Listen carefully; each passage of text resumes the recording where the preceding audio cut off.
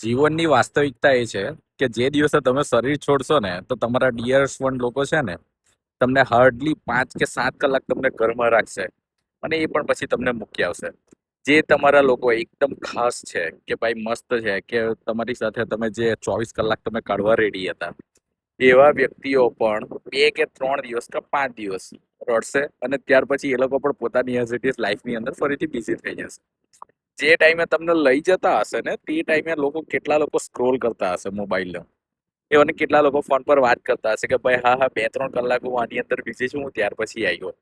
એટલે જીવનની વાસ્તવિકતા તમે જુઓ ને તો બહુ કડવી છે પણ સત્યતા છે આ, કે જે દિવસે તમારી અંદરના રામ જતા રહ્યા ને તે દિવસે તમને કોઈ રાખવા તૈયાર નથી.